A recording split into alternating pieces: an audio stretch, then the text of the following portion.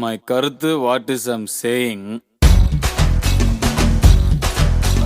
Hi மக்களே, நான் உங்கள் டிஜே கதிர். ஸோ இன்றைக்கி நாம் பார்க்க போகிற டாபிக் என்னன்னு பார்த்தீங்கன்னா குக் வித் கோமாளி சீசன் 5. ஆமாங்க.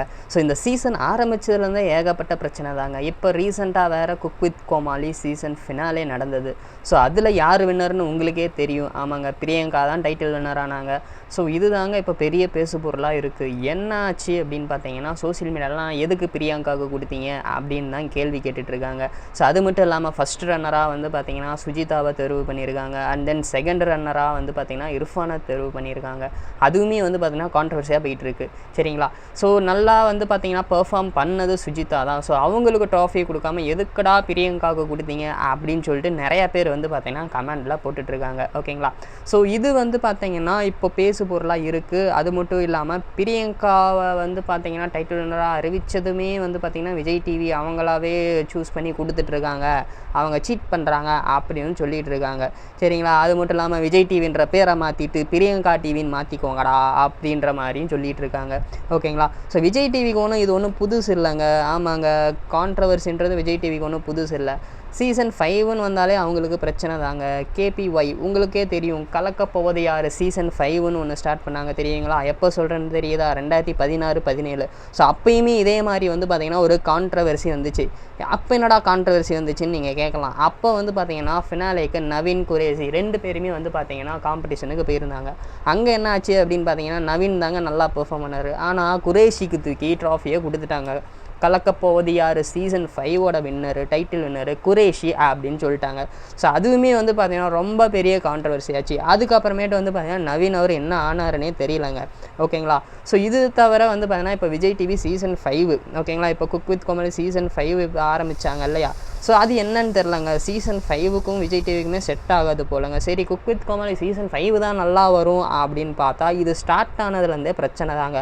கோவிட் டைம்லாம் நம்மலாம் டிப்ரெஷன்லேருந்து வெளியே வந்ததுக்கான ரீசனே வந்து பார்த்திங்கன்னா இந்த குக் வித் கோமாளினே சொல்லலாம். ஏன்னா அந்தளவுக்கு காமெடிலாம் சூப்பராக இருக்கும். ஆனால் இந்த குக் வித் கோமாளி சீசன் 5 ஆரம்பித்ததுலேருந்தே நமக்கெல்லாம் டிப்ரெஷன் தாங்க.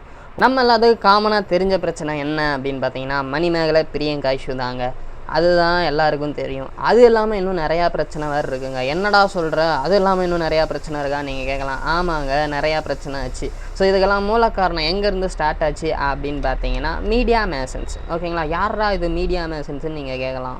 மீடியா மேசன்ஸ் யார் அப்படின்னு பார்த்தீங்கன்னா மீடியா மேசன்ஸ் தாங்க குக் வித் கோமாளி சீசன் 1லேருந்து 4 வரைக்கும் வந்து பார்த்திங்கன்னா ப்ரொடியூஸ் பண்ணியிருக்காங்க. ஓகேங்களா? அவங்க வந்து இப்போ என்ன ஆச்சு அப்படின்னு பார்த்தீங்கன்னா சன் டிவியில் டாப்பு குக்கு டூ புக்குன்னு ஒரு ஷோ நடத்துகிறாங்க இல்லையா? ஸோ அதுக்கு போயிட்டாங்க. நான் அந்த டாப்பு குக்கு டூ புக்கு ஷோவை ப்ரொடியூஸ் பண்ணுறேன், இதுக்கு மேலே வந்து பார்த்திங்கன்னா குக் வித் கோமாளி ஷோவை நான் ப்ரொடியூஸ் பண்ண மாட்டேன்டா அப்படின்னு சொல்லிட்டு அவங்க அங்கே போயிட்டாங்க. ஓகேங்களா? ஸோ இவங்க போனதுக்கப்புறம் என்ன ஆச்சு அப்படின்னு பார்த்தீங்கன்னா பாக்ஸ் ஆஃபீஸ் அப்படின்ற ஒரு கம்பெனி வந்து பார்த்திங்கன்னா குக் வித் கோமாளி சீசன் 5 இருக்குது இல்லைங்களா, அதை வந்து பார்த்திங்கன்னா ப்ரொடியூஸ் பண்ணாங்க இப்போது. ஓகேங்களா? ஸோ அதுக்கப்புறமேட்டு என்னாச்சு அப்படின்னு பார்த்தீங்கன்னா அவங்க மீடியா மெசன்ஸ் போனதுக்கு அப்புறமேட்டு நம்ம ஃபேமஸான செஃப் வெங்கடேஷ் இருக்கார் இல்லைங்களா? ஸோ அவர் தான் சீசன் 1லேருந்து 4 வரைக்குமே வந்து பார்த்திங்கன்னா நல்லா ரவுடி பண்ணிகிட்டு இருந்தார். அவர் வந்து பார்த்திங்கன்னா இல்லை, நான் ஒர்க் பண்ணுறது விஜய் டிவிக்கு இல்லைடா, நான் ஒர்க் பண்ணுறது மீடியா மெசனுக்குடா, நான் அவங்களுக்கு தான் கடமையாற்றுவேன் அப்படின்னு சொல்லிட்டு மீடியா மெசன்ஸ் எங்கே இருக்காங்களோ அங்கே தான் நானும் இருப்பேன் அப்படின்னு சொல்லிட்டு அவர் வந்து பார்த்திங்கன்னா குக் வித் கோமாளி சீசன் 5 விட்டு வெளியே போயிட்டாருங்க. ஓகேங்களா? சரி, 2 பேர் போயிட்டாங்க. ஸோ இதுக்கு மேலே இருக்கிறவங்களாச்சும் சரி இருப்பாங்க அப்படின்னு பார்த்தீங்கன்னா மறுபடியும் ஒரு பிரச்சனை ஸ்டார்ட் ஆச்சு.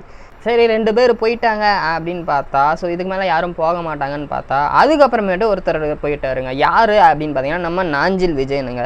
ஸோ அவர் யாரா அப்படின்னு பார்த்தீங்கன்னா உங்களுக்கே தெரியும், நாஞ்சில் விஜயன் அப்பப்போ வந்து பார்த்தீங்கன்னா காமெடி பண்ணிகிட்டு இருப்பார். ஓகேங்களா? ஸோ அவர் வந்து பார்த்தீங்கன்னா நான் வந்து பார்த்தீங்கன்னா Vijay TV cook with Comali show விட்டு போகிறேன், விஜய் டிவி விட்டு போகிறேன், நானும் டாப்புக்கு குக்கு போகிறேன் அப்படின்னு சொல்லிட்டு போயிட்டாருங்க. ஸோ என்ன ரீசன் அப்படின்னு சொல்லிட்டு நாஞ்சில் விஜயன்கிட்ட கேட்டப்போ எனக்கு விஜய் டிவிக்கு எந்த பிரச்சனையும் கிடையாது, பட் வந்து பார்த்தீங்கன்னா பாக்ஸ் ஆஃபீஸ் ப்ரொடியூஸ் பண்ணுற எந்த ஷோலையும் நான் வந்து நடிக்க மாட்டேன் அப்படின்னு சொல்லிட்டு சொல்லியிருக்காரு. சரி, ஓகே, 3 டீம் போயிடுச்சு. ஸோ இதுக்கு மேலேயாச்சும் நம்ம இருக்கிறவங்கள வச்சு நல்லா காமெடி பண்ணலாம் அப்படின்னு சொல்லிட்டு குக் வித் கோமாளி சீசன் 5 நடந்துச்சிங்க. சரி அப்படின்னு நாமளும் பார்க்கலாம் அப்படின்னு பார்த்தா அவங்க பண்ணுற காமெடிலாம் சிரிப்பே வரலங்க. உண்மையை சொல்லணும்னா அதுதாங்க. நம்ம கொரோனா டைமில் வந்து பார்த்திங்கன்னா டிப்ரெஷன்லேருந்து வெளியே வந்தோம். இந்த ஷோவை பார்த்ததுக்கப்புறம் மறுபடியும் டிப்ரெஷனுக்குள்ளே போயிட்டோன்னே சொல்லலாம். ஓகேங்களா? மறுபடியும் ஒரு கான்ட்ரவர்சி ஆச்சு. யார் தெரியுங்களா? யாருனால ஆச்சு தெரியுமா? நம்ம டிடிஎஃப் லவ்வர் இருக்காங்கல்ல, அதுதாங்க நம்ம ஜோயா. அவங்க வந்து பார்த்தீங்கன்னா செஃப் தாமு வந்து பார்த்தீங்கன்னா மரியாதை குறைவாக பேசிட்டாங்க அப்படின்னு சொல்லிட்டு ஒரு கான்ட்ரவர்சி ஆச்சு.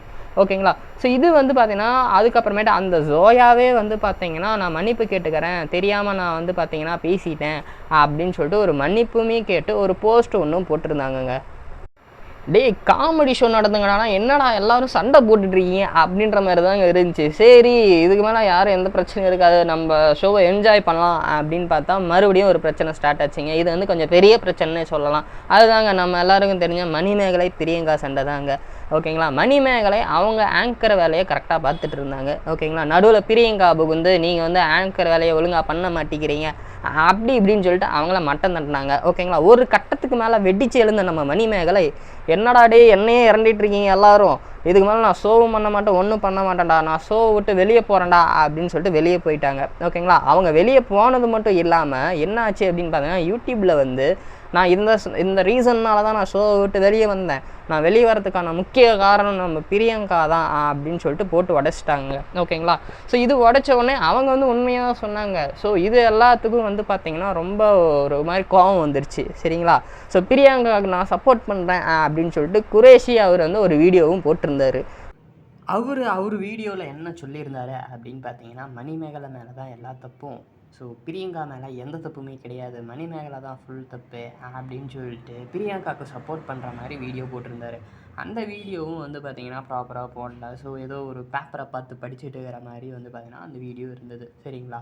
ஸோ இவர் ஒருத்தர் மட்டும் தான் கமெண்ட் சொல்லியிருக்காரு அப்படின்னு பார்த்தீங்கன்னா பின்னாடியே வந்து பார்த்திங்கன்னா மம்மி அப்படின்னு சொல்லப்படக்கூடிய சக்கீலா இருக்காங்க இல்லையா, அதுதாங்க நம்ம மலையாளம் சேச்சி சக்கீலா இருக்காங்க இல்லையா. ஸோ அவங்க என்ன சொல்லியிருக்காங்க அப்படின்னு பார்த்தீங்கன்னா மணிமேகலை வந்து ஒரு தப்பான இன்ஸ்பிரேஷன், ஸோ அவங்க வந்து ஓடி போய் கல்யாணம் பண்ணிக்கிட்டாங்க, ஸோ அப்படி இப்படின்னு சொல்லிட்டு மணிமேகலையை வந்து பார்த்திங்கன்னா தப்பாக சொல்லியிருக்காங்க. அது மட்டும் இல்லாமல் பிரியங்கா வந்து ரொம்ப நல்லவங்க, அவங்கள நம்ம வந்து பார்த்திங்கன்னா ரோல் மாடலாக எடுத்துக்கலாம் அப்படின்னு சொல்லிட்டு பிரியங்காவுக்கு சப்போர்ட் பண்ணியிருக்காங்க. சரி 2 பேர்த்தோடு நின்றும் அப்படின்னு பார்த்தா மாக்காப்பா அதுக்கப்புறமேட்டு வந்து பார்த்திங்கன்னா சரத்து எல்லாரும் மாறி மாறி அவங்களோட கருத்தை வந்து பார்த்திங்கன்னா தெரிவிச்சுட்டு இருந்தாங்க. ஓகேங்களா? சரத்து வந்து பார்த்திங்கன்னா எனக்கு இதுக்கு எந்த சம்மந்தமும் இல்லை ஸோ அப்படின்னு சொல்லிட்டு ஒதுங்கிக்கிட்டாருங்க. சரிங்களா? ஸோ இந்த கான்ட்ரவர்சிலாம் போயிட்டு இருந்ததுக்கு எல்லாத்துக்கும் வந்து பார்த்திங்கன்னா மணிமேகலையும் வந்து பார்த்திங்கன்னா ரிப்ளை வீடியோ போட்டிருந்தாங்க. யார் யாரெல்லாம் பிரியங்காவுக்கு சப்போர்ட் பண்ணுறீங்க அவங்களாம் சொம்புடா அப்படின்னு சொல்லிட்டு ஓப்பனாகவே அட்டாக் பண்ணிட்டாங்க. சரிங்களா? ஸோ இது வந்து பார்த்திங்கன்னா இந்த பிரச்சனைலாம் முடிகிறதுக்குள்ளே தான் வந்து பார்த்திங்கன்னா சீசன் ஃபினாலே வந்து பார்த்திங்கன்னா அறிவிச்சிருந்தாங்க. சரிங்களா? அந்த ஃபினாலேவில் வந்து பார்த்திங்கன்னா சம்மந்தமே இல்லாமல் வந்து பார்த்திங்கன்னா பிரியங்காவுக்கு வந்து ட்ராஃபியை கொடுத்துட்டாங்க. சரிங்களா? ஸோ இதுதான் வந்து பார்த்திங்கன்னா இப்போது வந்து பார்த்திங்கன்னா ரொம்ப எல்லாருக்கும் வந்து பார்த்திங்கன்னா மன வருத்தமாக இருக்குது. சரிங்களா? இதை பற்றி நீங்கள் என்ன நினைக்கிறீங்க? ஸோ பிரியங்காவுக்கு வந்து கொடுத்தது கரெக்டு அப்படின்னு நினைக்கிறீங்களா, இல்லை சுஜிதா தான் வின் ஆயிடுவாங்க அப்படின்னு நினைக்கிறீங்களா, இல்லை இர்ஃபானுக்கு கொடுத்துருந்தா கரெக்டாக இருக்கும்னு நினைக்கிறீங்க, இல்லை இவங்க 3 பேருமே லிஸ்ட்லேயே இல்லைடா வேறு யாருக்காவது கொடுத்துருந்தா கரெக்டாக இருக்கும்னு நினைக்கிறீங்களா? நீங்கள் இதை பற்றி என்ன நினைக்கிறீங்கன்றதை கமெண்ட்டில் சொல்லுங்கணும்.